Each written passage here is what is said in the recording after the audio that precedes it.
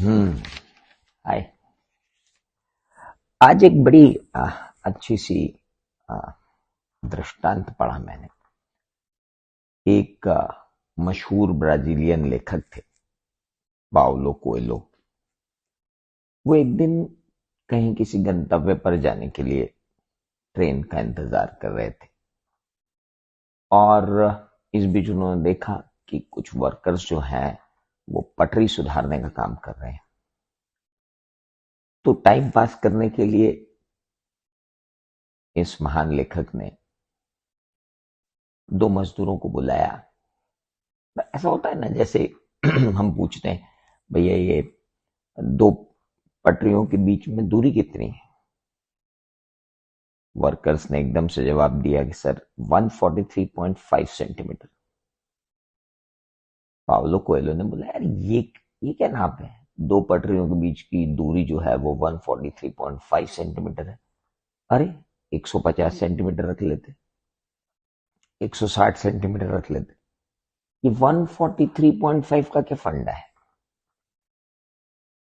अब ऐसा होता है कई बार, टाइम पास करने के लिए कोई चीजें हम ऐसे ही पूछ लेते हैं और बाद में हमें लगता है कि बॉस ये तो अब शोध का विषय हो गया है।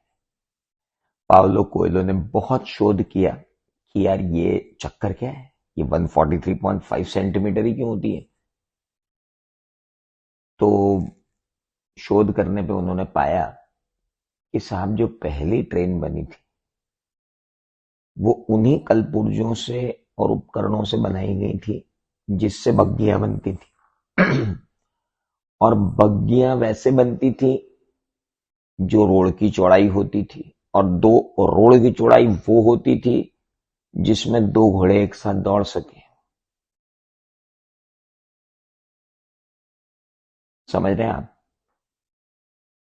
दो घोड़े एक साथ दौड़ सके, इसके लिए उतनी चौड़ी रोड बनाई।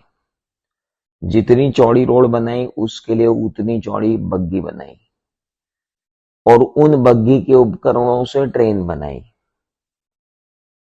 अब जो रोम में ये सब काम हुआ तो रोमन एक्सपर्ट का पैमाना ही फिक्स हो गया, 143.5 सेंटीमीटर।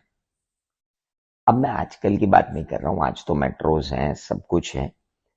पर पाउलो कोएलो ने कहा कि यार ये जो चीज है ना, कि चूंकि दुनिया मान रही है तो मानो, थोड़ा असुविधाजनक पैमाना है तो भी चलने दो, क्योंकि ये चल रहा है। किसी ने इसकी तरफ ध्यान ही नहीं दिया कि 143.5 क्यों है, इसको 150 कर दो, 160 कर दो, कुछ ऐसा कर दो कि एक स्टैंडर्ड हो जाए।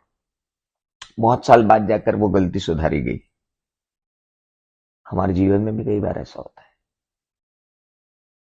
हम क्या कर रहे हैं, हम क्यों कर रहे हैं, हमें नहीं पता होता। हमें बस ये पता होता है कि हाँ ये करना है।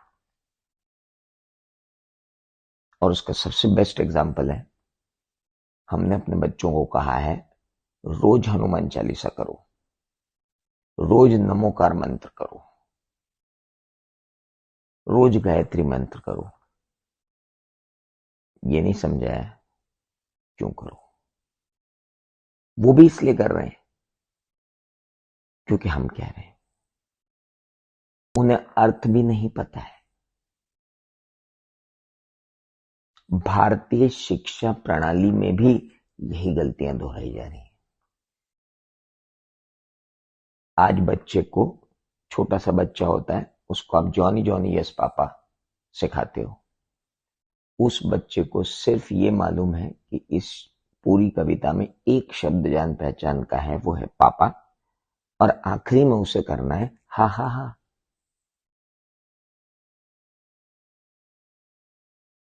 हनुमान चालीसा पढ़ी है, क्या उसका भावार्थ हमें मालूम है? दुर्गा चालीसा पढ़ी है, क्या उसका भावार्थ मालूम है? नमोकार मंत्र पढ़े हैं, क्या उनका भावार्थ मालूम है? या सिर्फ चूंकि सब पढ़े जा रहे हैं इसलिए हम पढ़ रहे हैं? बदलना होगा।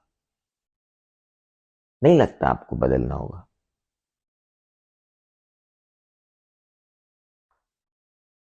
ये दृष्टांत कुछ कहते हैं, समझिए। फिर मिलेंगे।